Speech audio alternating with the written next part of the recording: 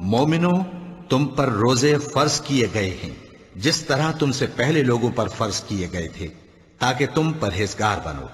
روزوں کے دن گنتی کے چند روز ہیں، تو جو شخص تم میں سے بیمار ہو یا سفر میں ہو تو دوسرے دنوں میں روزوں کا شمار پورا کر لے۔ اور جو لوگ روزہ رکھنے کی طاقت رکھیں لیکن رکھیں نہیں، وہ روزے کے بدلے محتاج کو کھانا کھلا دیں۔ اور جو کوئی اپنی مرضی سے زیادہ نیکی کرے تو اس کے حق میں زیادہ اچھا ہے، اور اگر سمجھو تو روزہ رکھنا ہی تمہارے حق میں بہتر ہے۔ روزوں کا مہینہ رمضان کا مہینہ ہے، جس میں قرآن اول نازل ہوا، جو لوگوں کا رہنما ہے اور جس میں ہدایت کی کھلی نشانیاں ہیں اور جو حق و باطل کو الگ الگ کرنے والا ہے۔ تو جو کوئی تم میں سے اس مہینے میں موجود ہو چاہیے کہ پورے مہینے کے روزے رکھے، اور جو بیمار ہو یا سفر میں ہو تو دوسرے دنوں میں روزے رکھ کر ان کا شمار پورا کر لے۔ اللہ تمہارے حق میں آسانی چاہتا ہے اور سختی نہیں چاہتا، اور یہ آسانی کا حکم اس لیے دیا گیا ہے کہ تم روزوں کا شمار پورا کر لو، اور اس احسان کے بدلے کہ اللہ نے تم کو ہدایت بخشی ہے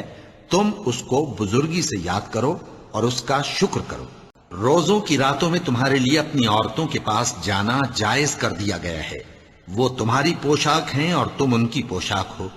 اللہ کو معلوم ہے کہ تم ان کے پاس جانے سے اپنے حق میں خیانت کرتے تھے، سو اس نے تم پر مہربانی کی اور تمہاری حرکات سے درگزر فرمائی،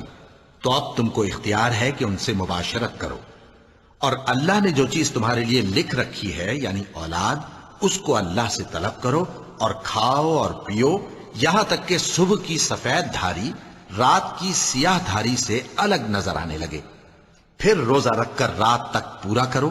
اور جب تم مسجدوں میں اعتکاف بیٹھتے ہو تو ان سے مباشرت نہ کرو، یہ اللہ کی حدیں ہیں، ان کے پاس نہ جانا۔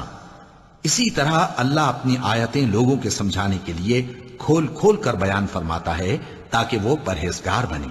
اے پیغمبر، لوگ تم سے نئے چاند کے بارے میں دریافت کرتے ہیں کہ گھٹتا بڑھتا کیوں ہے۔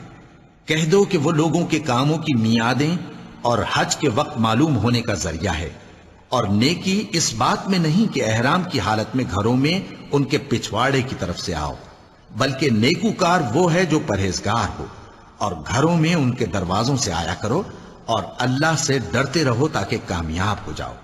ادب کا مہینہ ادب کے مہینے کے مقابل ہے، اور ادب کی چیزیں ایک دوسرے کا بدلہ ہیں۔ پس اگر کوئی تم پر زیادتی کرے تو جیسی زیادتی وہ تم پر کرے ویسی ہی تم اس پر کرو، اور اللہ سے ڈرتے رہو اور جان رکھو کہ اللہ ڈرنے والوں کے ساتھ ہے۔ اے پیغمبر، لوگ تم سے عزت والے مہینوں میں لڑائی کرنے کے بارے میں دریافت کرتے ہیں، کہہ دو کہ ان میں لڑنا بڑا گناہ ہے، اور اللہ کی راہ سے روکنا اور اس سے کفر کرنا اور مسجد حرام یعنی خانہ کعبہ میں جانے سے بند کرنا اور اہل مسجد کو اس میں سے نکال دینا جو یہ کفار کرتے ہیں، اللہ کے نزدیک اس سے بھی زیادہ گناہ ہے، اور فتنہ انگیزی خونریزی سے بھی بڑھ کر ہے۔ اور یہ لوگ ہمیشہ تم سے لڑتے رہیں گے، یہاں تک کہ اگر مقدور رکھیں تو تم کو تمہارے دین سے پھیر دیں، اور جو کوئی تم میں سے اپنے دین سے پھر کر کافر ہو جائے گا اور کافر ہی مرے گا تو ایسے لوگوں کے اعمال دنیا اور آخرت دونوں میں برباد ہو جائیں گے، اور یہی لوگ دوزخ میں جانے والے ہیں جس میں ہمیشہ رہیں گے۔